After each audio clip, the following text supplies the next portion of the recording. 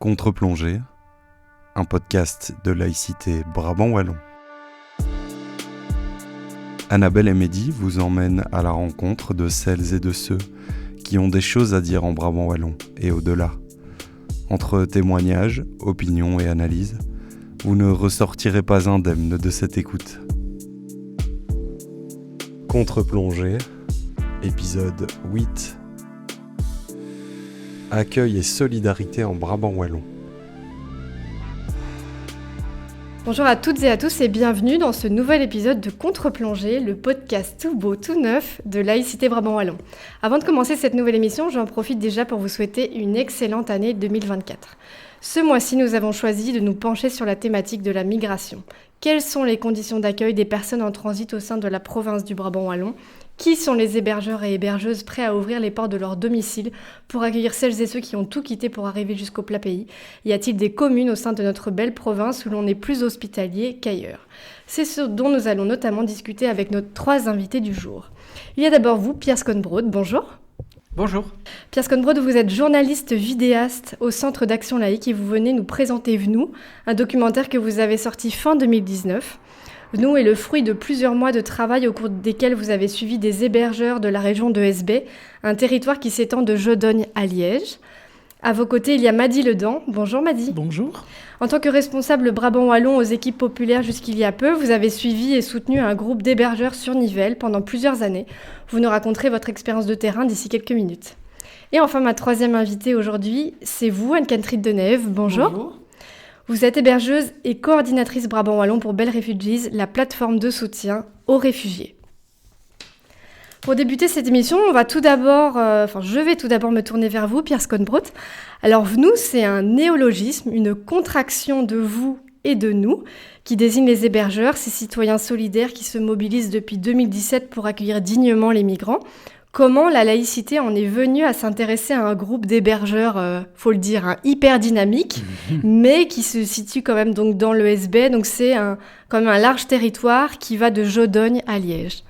Oui, en fait, à l'époque, on s'était dit, je travaille donc pour les émissions Libre Ensemble, produites par le Centre d'Action Laïque, c'est important, et on s'est dit que ça valait la peine de s'intéresser à ce mouvement qui, en 2019, était quand même un mouvement très actif, très mobilisé.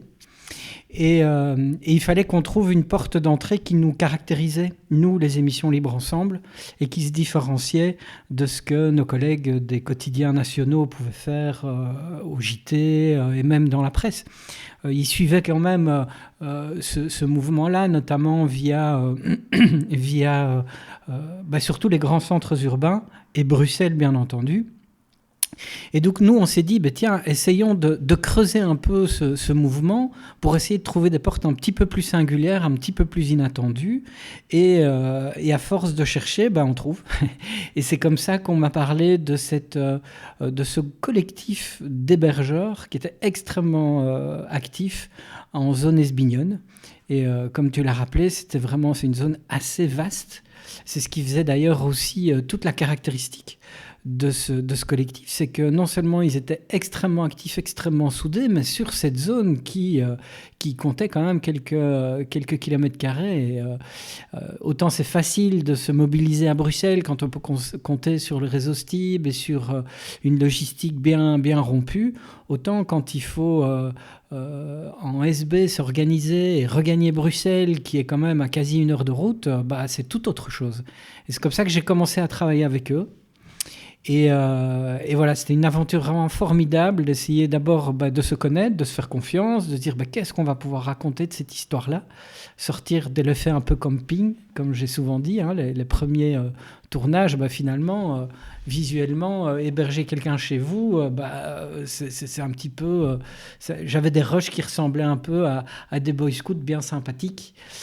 Certes, les scouts étaient des migrants, là en l'occurrence, donc ça relevait un petit peu, mais visuellement, je me suis quand même un peu cassé la tête, me disant mais comment est-ce que je vais pouvoir raconter cette histoire-là autrement qu'en plantant ma caméra dans une cuisine ici, dans un salon là, et en fait, c'est le temps qui a répondu à cette interrogation.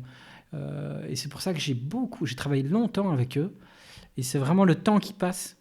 En fait, c'est 1 an, on passe de la fin d'un hiver jusqu'au début de l'hiver qui va arriver, qui fait tout, je pense, l'intérêt de ce projet, parce qu'on va suivre évidemment les hébergeurs face au climat qui change, aux saisons qui changent, mais évidemment, bien entendu, aussi les migrants qui, quand ils doivent grimper dans un camion sur l'autoroute E42, je crois, quand on le fait à moins 10 ou quand on le fait à plus 20, c'est tout aussi dangereux, c'est vrai, mais quand même, malgré tout, il y a la condition climatique qui s'ajoute en plus. Et donc voilà, et puis alors, le temps qui passe, c'est aussi le temps politique qui passe. Et donc, pendant le tournage, il y a quand même un gouvernement qui s'est cassé la figure, un gouvernement fédéral qui s'est cassé la figure sur le pacte de Marrakech. Et ça a été un moment assez important du tournage, parce qu'évidemment, ça en dit long. Je pense que peut-être que dans cette émission, on aura le temps de revenir au-dessus. Pour moi, il y a un avant et après Marrakech, quoi. Et je pense qu'encore aujourd'hui, ça a laissé des traces. Ça a laissé des traces dans mon tournage, dans Nous, le documentaire, mais aussi dans l'histoire de l'accueil des migrants. Le documentaire, j'incite tout le monde à aller le voir si ce n'est pas encore fait, il est disponible sur YouTube.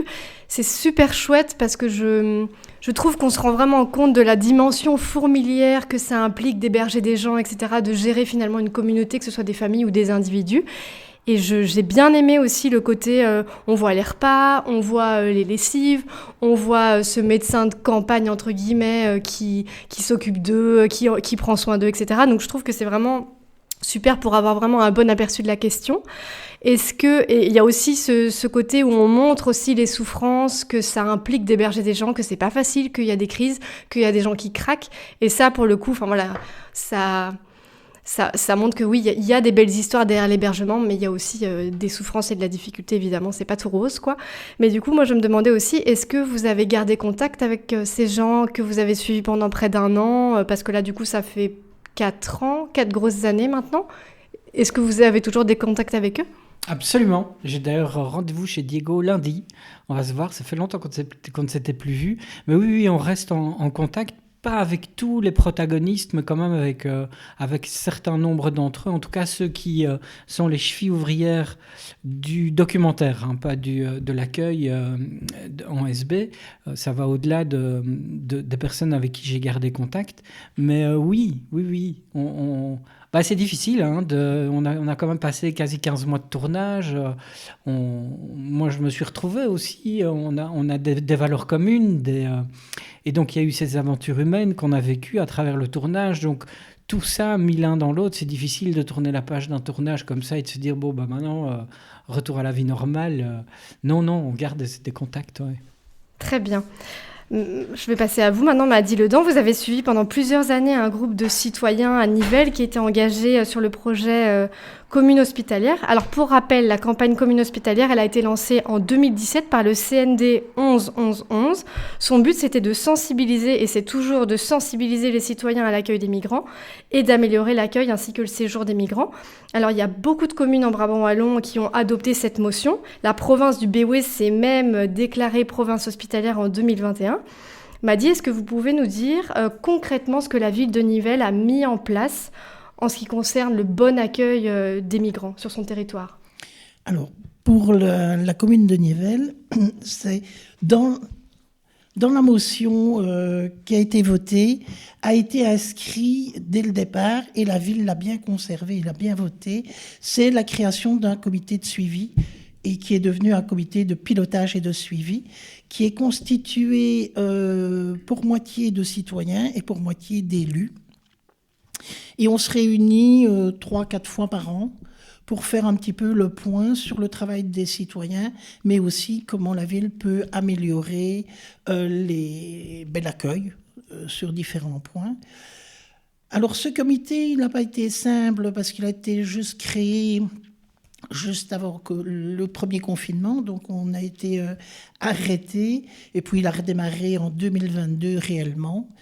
Et là, on voit vraiment des avancées importantes où tout le travail des citoyens est bien connu de la ville, puisqu'il y a un échange à ce niveau-là, et il y a vraiment un soutien.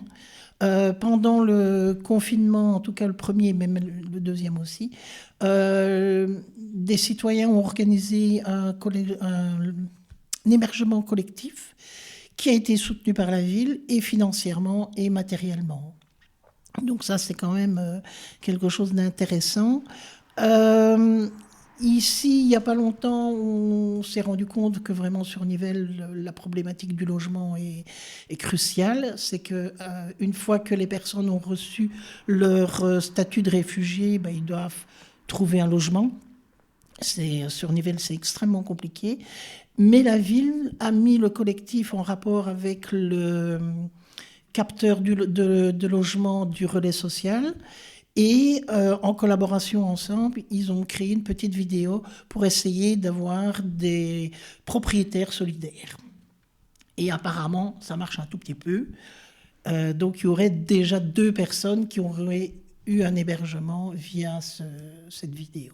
Oui, le relais social, il essaye vraiment qu'il y ait un maximum de propriétaires qui louent leurs biens, parce que c'est tendu dans tout le Brabant wallon, ça c'est sûr. Je pense que Nivelles est clairement concernée, mais je pense que toute la province est concernée, ça c'est sûr. Il y a l'échéance des élections communales au mois d'octobre. Qu'est-ce qu'elle va devenir, cette motion de commune hospitalière ? Là, c'est un peu l'inconnu. La motion restera, mais le risque, c'est qu'elle soit comme dans certaines communes. Elle est là, mais elle dort, elle n'est pas active, soit par manque de citoyens investis, parce que ça prend beaucoup de temps, soit par manque de réceptivité des communes, parce qu'ici à Nivelles, ça fonctionne, ça pourrait encore fonctionner mieux, mais ça fonctionne pas mal, et donc tout dépendra de qui aura les chevinards compétents pour suivre cette motion. Voilà, ce qu'on espère, en tout cas, les choses, les relations pour le moment sont très très bonnes, et on espère que ça va continuer. Oui, et puis c'est peut-être l'occasion de sensibiliser le citoyen nivellois ou non nivellois de la province, de dire, suite aux élections, peu importe la majorité, à un moment, cette motion de commune hospitalière, elle existe, et il faut peut-être la réactiver en temps voulu, peut-être à l'automne ou au début de l'hiver, quoi. C'est ça. Vraiment, mais ça, réactiver et sensibiliser le citoyen, c'est vraiment un travail de tout temps, de longue haleine, parce que c'est toujours à refaire. Et il faut savoir que quand on est bénévole, à un moment donné, sa vie change, on a des petits-enfants, on ne sait plus donner le même temps. Et donc, on est tout le temps en train de renouveler, de reproposer. Là, il y a une personne qui devient un peu plus âgée avec certains problèmes de santé, qui se met un petit peu sur le côté. Et donc, oui, il faut chaque fois refaire. Recruter en permanence, quoi. Oui, ça, c'est la problématique. Alors, on va prendre un petit peu de hauteur maintenant par rapport à notre sujet du jour. Je vous propose d'écouter maintenant un extrait d'une interview de Cécile van der Stappen. Elle est chargée de recherche sur la justice migratoire au CND 11-11-11. Méditou Gabri est allée à sa rencontre. On écoute ça tout de suite. Si je prends le cas de notamment la crise de l'accueil qui sévit en Belgique, la société civile a proposé une feuille de route, a proposé des solutions tout à fait concrètes, notamment l'obligation d'un plan de répartition. Si ce plan était mis en place, chaque commune prendrait 5 personnes et la crise de l'accueil serait résolue. Il manque une volonté politique et nous, on est là pour de nouveau être force de proposition, faire un travail de plaidoyer, faire un travail de pression sur nos politiques pour que finalement ces décisions soient mises en œuvre. D'autre part aussi, ce que l'on fait, on a un travail énorme à faire vis-à-vis de la population, de sensibilisation, d'expliquer quels sont les amalgames, quelles sont ces fausses bonnes solutions. Il faut, en tout cas sur la thématique de la cohésion sociale et de la migration, que les gens se rencontrent, parce qu'on sait que quand les gens se rencontrent, il y a des barrières qui tombent plus facilement et donc le travail de sensibilisation peut être beaucoup plus impactant. Extrait d'interview très intéressant. Anne-Catherine Denève, est-ce que vous avez une réaction par rapport à ce qu'on vient d'entendre ? Ah oui, je suis tout à fait d'accord avec Cécile, notamment sur la question des amalgames et surtout la question de la rencontre qui fait, et ça je pense que l'aventure de l'hébergement citoyen l'a bien montré, c'est la rencontre en général qui fait tomber les barrières, non seulement chez la personne qui fait la rencontre, mais dans son entourage et qui génère une sensibilisation au cœur, je dirais. Alors vous êtes coordinatrice Brabant Wallon pour Bell Refugees, donc je vais rappeler, c'est la plateforme de soutien aux réfugiés qui a vu le jour en 2015. L'antenne Brabant Wallon, elle a été créée, si je ne me trompe pas, en 2017, c'est bien ça. Et donc 2015, c'était au plus fort de la crise migratoire. Hein. Ça nous paraît déjà peut-être un petit peu loin dans le temps, mais finalement pas tant que ça. Donc vous avez, ce qui est intéressant pour l'émission d'aujourd'hui, un regard un peu plus méta sur la question de la migration. Est-ce que l'implication des citoyens dans la province du Brabant Wallon, comment elle a évolué au fil des années? Est-ce qu'elle est restée la même? Est-ce qu'elle a faibli? Comment est-ce qu'elle a évolué? Comment est-ce qu'elle a cette implication? Petite précision auquel je tiens. Donc en 2015, on n'était pas au plus fort de la crise migratoire, on était au plus fort de la crise de l'accueil de la migration. Crise de l'accueil que malheureusement nous n'avons pas quittée et qui s'est renforcée encore ces dernières années. Donc la plateforme citoyenne, elle s'est créée autour de la crise liée à la guerre en Syrie, déjà en 2015, donc a appelé à l'hébergement citoyen à ce moment-là, qui était fort centré sur Bruxelles. En 2017, dans les suites du démantèlement de la jungle de Calais, la plateforme a réappelé à l'accueil en famille, plutôt pour des personnes qui étaient originaires du Soudan, de l'Érythrée, de l'Éthiopie, qui fréquentaient donc Bruxelles à ce moment-là. Très très rapidement et un peu partout, mais comme Pierre l'a souligné là maintenant, un peu partout en Belgique, en fait, les citoyens ont répondu à l'appel. Ils ont répondu à l'appel face à la détresse humanitaire, certes, mais aussi face à l'incurie politique, je dirais, et sur le fait que donc les personnes qui sont présentes sur le territoire ne sont pas prises en charge. Et ça a touché toute la Belgique. En Brabant Wallon en particulier, et c'est lié certainement à sa structure socio-économique et à sa proximité avec Bruxelles, l'hébergement en famille a pris une ampleur très très importante dès le départ. Donc on a créé le groupe dès le départ du second appel. Et donc on a créé un groupe de coordination effectivement en octobre 2017. Et on a connu des centaines et des centaines de familles hébergeuses. Ça tient aussi à la structure du bâtiment. Hein. Donc les familles en Brabant Wallon disposent souvent d'un logement de taille correcte et qui permet d'accueillir plusieurs personnes, on va dire. Et donc l'hébergement en famille a perduré et perdure toujours en Brabant Wallon de manière assez active, bien qu'on n'est plus dans l'engouement, enfin en tout cas l'engagement, on va dire, massif de 2017, qui était effectivement lié fort au contexte politique, avec un Theo Franken qui se permettait des déclarations assez fracassantes. Mais donc aujourd'hui toujours, après, donc ça fait quoi, 6 ans et demi maintenant, on a toujours des familles hébergeuses en Brabant Wallon, et on a développé aussi, finalement les familles hébergeuses, elles ont d'abord ouvert leur maison pour accueillir une nuit, offrir une tasse de thé, un plat de riz, une machine, une douche, un lit, un peu de chaud, un peu de chaleur, un peu de sécurité. Mais en fait, très rapidement, elles se sont mises également à accompagner les personnes dans un parcours qui est inscrit dans la durée, et avec un certain nombre de ces personnes qui ont demandé l'asile en Belgique. On peut d'ailleurs constater dans les chiffres une augmentation de la population érythréenne en demande d'asile en Belgique. C'est lié à l'hébergement citoyen. Les Érythréens ne connaissaient pas du tout la Belgique, mais l'ont découverte par le prisme assez formidable des citoyens. Et donc, elles se sont mises à accompagner dans l'ensemble du parcours, et ça va donc de la personne qui arrive sur le territoire de manière illégale jusqu'à la personne qui reçoit les papiers et qui obtient un statut et qu'il faut accompagner dans ces démarches. Et donc, dans le Brabant Wallon, on a assez rapidement développé des services également pour accompagner les familles qui accompagnaient les personnes en migration. Et on a développé toute une série de services, des consultations psychologiques, juridiques, des cours de français, de néerlandais, d'informatique.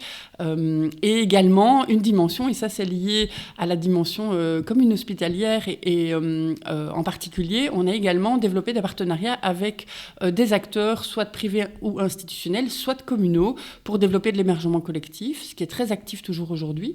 Donc on a aujourd'hui, il faudrait que je refasse le compte, mais je pense qu'on a à peu près 74 personnes qui sont logées dans ce qu'on appelle un hébergement collectif. On en a parlé sur Nivelles. Un hébergement collectif, c'est quand une maison vide nous est prêtée sous une convention d'occupation précaire et dans laquelle on va installer la possibilité d'héberger des personnes en situation de sans-abrisme issues de la migration et qui va être générée par un bénévole. Et ça, c'est très fort lié aux communes aussi, puisqu'on a dû se mettre en discussion avec les communes. On a commencé la discussion au moment de communes hospitalières, puisqu'on avait des revendications assez fortes. Hein. Donc, la motion commune hospitalière ne concerne pas seulement les personnes qui sont dans un parcours migratoire, elle concerne également toute personne d'origine étrangère installée sur la commune. C'est important de le dire parce que les mécanismes de discrimination de toutes sortes, et au logement aussi, comme on en parlait, touchent toutes les personnes d'origine étrangère non européenne, on va dire. Et donc, avec les communes hospitalières, on a commencé à discuter avec les communes. avec la crise du Covid, on a renforcé cette discussion puisqu'on a sollicité les communes pour ouvrir des hébergements d'urgence pour mettre les personnes à l'abri pendant la pandémie. Et les communes hospitalières, là où effectivement les citoyens sont présents, se bougent. Il faut que des citoyens soient présents et remettent la question sur la table souvent. Mais donc les communes ont répondu à l'appel et on a ouvert des hébergements collectifs d'urgence en période Covid dans 12 communes du Brabant wallon. Oui, c'est pas mal. Et donc, avec des bâtiments qui étaient mis à disposition en partie par les communes. Aujourd'hui, dans les hébergements collectifs qui sont existants, on a pérennisé, d'une certaine manière, grâce à la crise Covid. Donc, on a pérennisé un certain nombre d'hébergements. Avant, c'était pour des durées très courtes. Une maison disponible 3 semaines, 6 semaines, on rentrait dedans, on installait, on repartait. Là, pour l'instant, on a 7 hébergements collectifs qui sont pérennes, avec notamment 3 communes qui mettent à disposition... 4 communes, pardon, qui mettent... Oui, bien sûr, je peux les citer. Oui, bien sûr. Donc, 4 communes qui mettent à disposition sur des conventions long terme des locaux et prennent en charge une partie des charges locatives ou la totalité. Alors, ce sont les communes de Rixensart. C'est la première commune historique à s'être engagée dans l'hébergement collectif en mettant à disposition un local scout. D'abord, c'était une école, c'était pendant l'été. On a la commune de Wavre avec une convention qui dure déjà depuis 3 ans et qui vient d'être reconduite pour une maison où on peut héberger 9 personnes. On a la commune de Wallin qui, depuis le Covid, a mis à notre disposition une salle de fête dans laquelle on loge 6 à 7 personnes, donc depuis 2020. Et qu'est-ce que j'ai dit encore ? J'ai oublié. On a eu la commune de La Hulpe. On a fermé la structure là maintenant parce que énergétiquement c'était trop important. Et qu'est-ce qu'il nous reste encore ? Je crois que ça fait 4. Ça fait 4, voilà. Rixensart, La Hulpe, Wavre et Wallin. Voilà, c'est ça.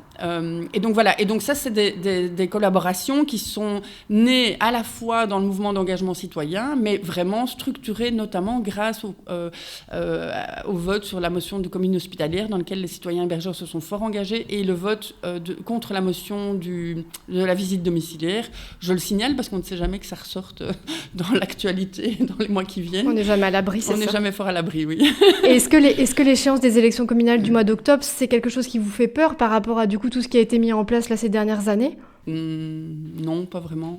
Une fois qu'on a parlé de la question de la rencontre avec Cécile là, qui mentionnait ça, mais une fois qu'on a commencé, c'est difficile de faire marche arrière, je pense. Aussi, ça permet un hébergement collectif ou des familles hébergeuses dans la commune qui sont visibles, et qui s'articulent, qui cherchent des solutions constructives dans la bienveillance, le respect des structures, etc. Ça permet en fait de déconstruire beaucoup de représentations. Je me souviens que des rumeurs circulaient, par exemple, pendant la période du Covid, comme quoi on allait amener toute la misère du monde dans le Brabant wallon. C'est loin d'être le cas. En fait, ce qu'on amène, c'est beaucoup de richesse. Donc, c'est de la richesse humaine. Et c'est un vrai facteur de cohésion. Donc, je pense que les communes qui sont lancées dans l'opération ne sont pas forcément les communes qu'on attend sur ces questions-là. Ce sont des communes qui sont parfois plutôt très libérales. On a en fait presque tous les chiquiers du centre, on va dire. Et donc voilà, je ne suis pas trop inquiète. Je me dis que peut-être des nouvelles majorités dans des communes où on n'est pas présent de manière structurée nous permettrait de rentrer dans des partenariats plus structurés. Là où on est, je pense que ça devrait fonctionner dans le temps. Sur le terrain communal, je n'ai pas l'impression que des chamboulements de majorité peuvent aller aussi vite pour changer des représentations qui sont maintenant bien installées. La collaboration avec les zones de police aussi est importante, puisque la collaboration avec les zones de police et une expérience d'hébergement depuis 6 ans et demi permet aussi d'évacuer beaucoup de représentations de délinquance, de mendiance, de mauvais comportements, etc. On a très peu eu de difficultés, enfin quasiment aucune difficulté, aucun mauvais incident à signaler dans les communes où on se trouve. Et donc les zones de police apprennent aussi à connaître le public des personnes sans abri issues de la migration, quel que soit leur statut. Et ce qui est important aussi, je pense qu'il faut vraiment souligner que les personnes qui sont en migration, elles vont varier de statut tout au long de leur parcours, mais au bout du compte, elles sont des personnes. Et donc, nous, on se bat contre le fait d'avoir des droits restreints par des catégories administratives ou différents selon les catégories administratives. Et je pense que c'est un combat que globalement tous les acteurs sociaux mènent aujourd'hui. Très bien. une dernière question pour Pierre que je trouve assez intéressante, c'est que j'ai lu pour préparer l'émission qu'il y avait plus d'hébergeuses que d'hébergeurs. Est-ce que vous, dans votre expérience de réalisation de journalistique dans la région de l'ASB, vous avez constaté ça, que ce qu'on nomme les hébergeurs, en fait, il y avait plus de femmes qui se cachaient derrière ce terme-là? Oui, mais je ne sais pas trop quelle analyse pertinente je peux tirer de cette expérience-là. Oui, et beaucoup de couples d'ailleurs ont vacillé sur cette question-là. Hein. Des différences idéologiques majeures sont nées dans certains couples. Et souvent, effectivement, c'était plutôt madame qui poussait et monsieur qui vivait et qui subissait, on va dire, l'engagement de madame. Là, je caricature un peu parce que c'était pas non plus la majorité, mais ce sont des choses que j'ai pu voir. Quand même, une chose que je voulais compléter en écoutant Anne-Catherine et vous aussi, Madi, pardon. Ce que je trouve intéressant, c'est que pendant tout mon tournage, les hébergeurs et Diego en tête disaient: nous ne sommes pas là pour durer, nous sommes là pour répondre à une question d'urgence, mais nous ne pouvons pas nous substituer au pouvoir public, c'est à eux de prendre leurs responsabilités. Et donc c'est bien normal que l'engouement qu'on a connu il y a de ça quelques années ne soit plus le même aujourd'hui. Et quand j'entends qu'il y a des communes hospitalières, quand j'entends ce que j'ai entendu là aujourd'hui, qu'il y a des communes qui ont vraiment pris le relais et se sont engagées et ont pris leurs responsabilités au niveau local, je me dis waouh, ben voilà une preuve que l'engagement citoyen peut vraiment motiver le politique à bouger et notre engagement peut donc faire la différence, quoi. Et je trouve ça vraiment, dans ces temps un peu compliqués, extrêmement important de le dire aux auditeurs qui nous écoutent. Votre engagement peut vraiment réellement faire la différence. Après, il faut être vraiment pas naïf non plus.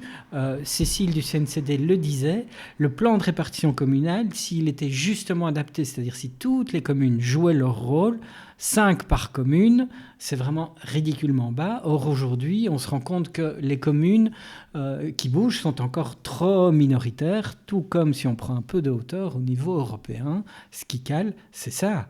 C'est la répartition juste de l'effort d'accueil sur un continent qui ne prend pas suffisamment globalement ses responsabilités et qui laisse la patate chaude sur les pays qui se prennent de plein fouet évidemment les vagues migratoires, à commencer évidemment par l'Italie, la Grèce, et puis maintenant on recule nos frontières en dehors et bien entendu on rejette la responsabilité sur des pays dont on se rend d'ailleurs complice, à commencer par la Libye, par la Tunisie qui n'est plus un État démocratique mais qu'on arrose vraiment grassement de milliers, voire de millions d'euros pour qu'ils gardent le réfugié là. Et donc qu'est-ce que ça veut dire de notre esprit solidaire par rapport à des gens qui fuient vraiment une misère de plus en plus révoltante. Oui, tout à fait. Merci en tout cas pour ce contexte très intéressant. Alors l'année 2024, on l'a déjà un petit peu dit, ce sera une super année électorale avec un scrutin à l'échelle des communes, des provinces, des régions, des communautés, au niveau fédéral aussi et européen. Donc c'est l'occasion pour Mehdi Toukabri de nous rappeler les enjeux des élections européennes qui nous attendent le 9 juin prochain. Oui, tout à fait, Annabelle. Les élections européennes auront donc lieu le 9 juin prochain, comme vous venez de le dire, en même temps que nos élections législatives, fédérales et régionales. Les Belges éliront donc 22 députés sur les 720 sièges que compose l'hémicycle du Parlement européen. Cela n'empêche, ces élections que l'on pourrait appeler de continentales restent jusqu'à aujourd'hui dans la tête de bon nombre de nos concitoyens européens des élections éloignées de leur réalité. Mais, parce qu'il y a un mais, les enjeux de ces élections restent d'une importance capitale pour chaque citoyen de l'Union. Sans rentrer dans les détails, ce vote influence la politique de l'Union sur des thématiques diverses, comme l'économie, l'énergie, le climat, la place de l'Europe sur la scène internationale. La dernière des grandes décisions prises par le Parlement, par exemple, était l'adoption de 5 textes clés pour atteindre l'objectif climatique de 2030 et par là couper l'herbe sous le pied aux partis qui souhaitaient aller à l'encontre de cette direction. Et justement, en parlant de partis, chaque député élu se joindra avec ses co-religionnaires également élus au sein d'un groupe politique. Et l'enjeu est simple, mais également de taille. Il faut absolument barrer la route à l'extrême droite qui nécrose l'Europe en ce moment même et qui risque de nécroser l'hémicycle européen également. Pour la première fois en Belgique et à l'image d'autres pays européens, les jeunes de 16 ans pourront voter lors de ce scrutin à la condition d'être inscrits sur les listes électorales avant le 1er avril 2024. 2024. Même si chaque pays de l'Union européenne est souverain quant à sa politique nationale, la politique de l'Union européenne influence irrémédiablement la direction des politiques de nos pays, donc les pays membres de l'Union européenne, et donc également la migration et l'immigration.